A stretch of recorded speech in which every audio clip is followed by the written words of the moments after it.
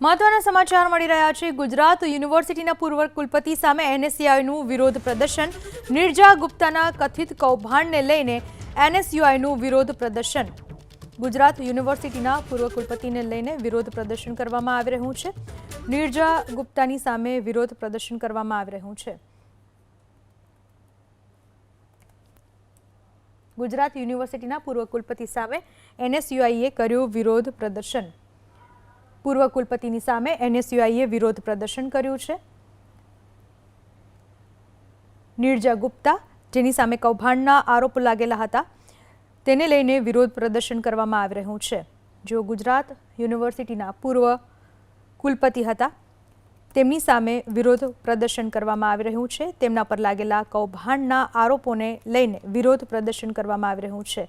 ગુજરાત યુનિવર્સિટીના પૂર્વ કુલપતિ નિર્જા ગુપ્તા જેની સામે લાગેલા કૌભાંડોના આરોપ, ગેરરીતિઓ, નાણાકીય ગોટાળાઓને લઈને મોટો વિવાદ સામે આવ્યો હતો અને આ વિવાદ બાદ હવે તેમનો વિરોધ પ્રદર્શન કરવામાં આવી રહ્યો છે। તેમના ઉપર આરોપ છે કે તેમણે પોતાના કાર્યકાળ દરમિયાન કોઈ પણ કાયદેસરની પ્રક્રિયા કે નિયમોનું પાલન નહોતું કર્યું અને અંદાજે 10 જેટલા અધિકારીઓ અને કર્મચારીઓની નિમણૂક કરવામાં આવી હતી અને એ પણ આ 10 જેટલા અધિકારીઓ અને કર્મચારીઓ ગેરકાયદેસર રીતે ઊંચા પગારે રાખવામાં આવ્યા હતા।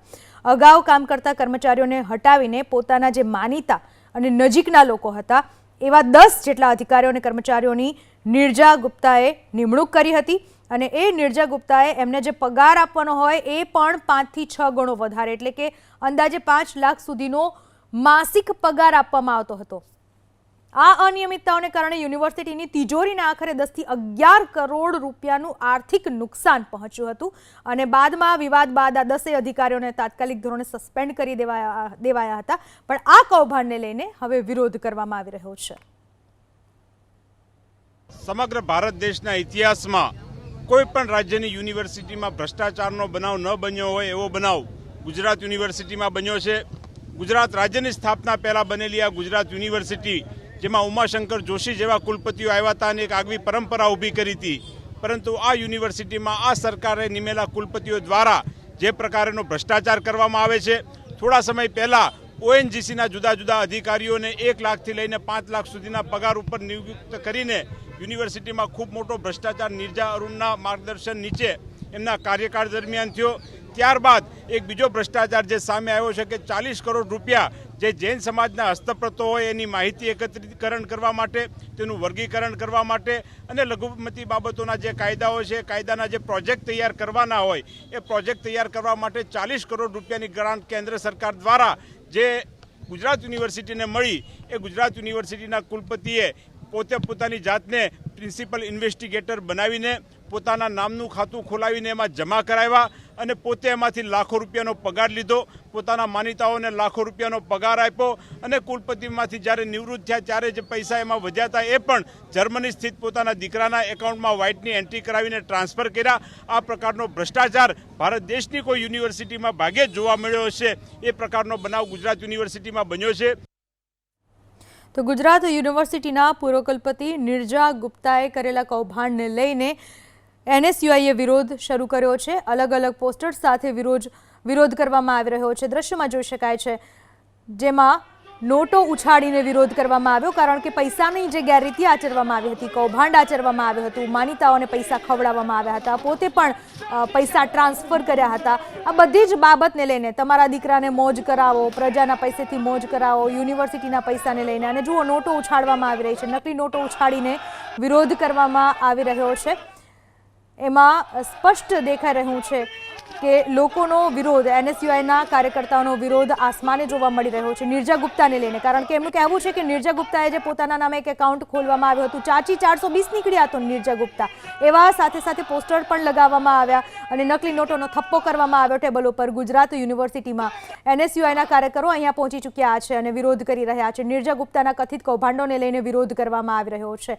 આરોપ લગાવા રહ્યો છે કે લાખો રૂપિયા નિર્જા ગુપ્તાએ પણ ચાઉ કર્યા અને તેમના મળતિયાઓને પણ જલસા કરાવવામાં આવ્યા। બાકીના બચેલા જે થોડા ઘણા રૂપિયા હતા તે નિર્જા ગુપ્તાએ પોતાના દીકરાના એકાઉન્ટમાં ટ્રાન્સફર કર્યા, જે દીકરો આઉટ ઓફ કન્ટ્રી છે ત્યાં ટ્રાન્સફર કરવામાં આવ્યા। આ વિશે વધુ માહિતી આપવા આપણી સાથે જોડાઈ ચૂક્યા છે અમારા સંવાદદાતા હિરેન રાજ્યગુરુ। જી હિરેન।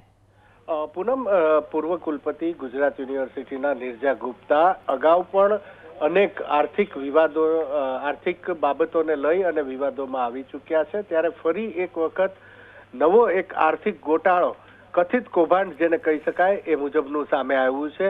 એની અંદર પીએમ જન વિકાસ કાર્યક્રમની ગ્રાન્ટ જે કેન્દ્ર સરકારમાંથી આવી હતી અને એ ગ્રાન્ટ જે જૈન સમુદાય છે તેમનો જે વારસો છે, તેમના જે લખાણો છે એ સાચવવા માટે થઈ અને વાપરવાની હતી, તેની અંદર આ કથિત કૌભાંડ થયું હોવાનો આરોપ નિર્જા ગુપ્તા ઉપર ફરી એક વખત લાગ્યો છે.